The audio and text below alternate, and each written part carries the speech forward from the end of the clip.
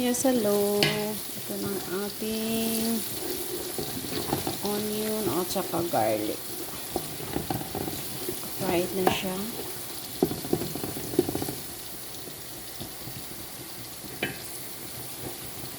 Tapos ilalagay natin ang ating karne na ginayat.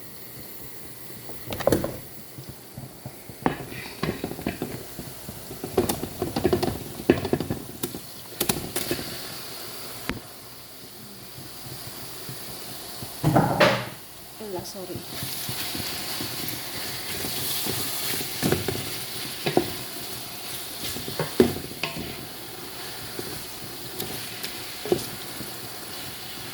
Ayan na guys.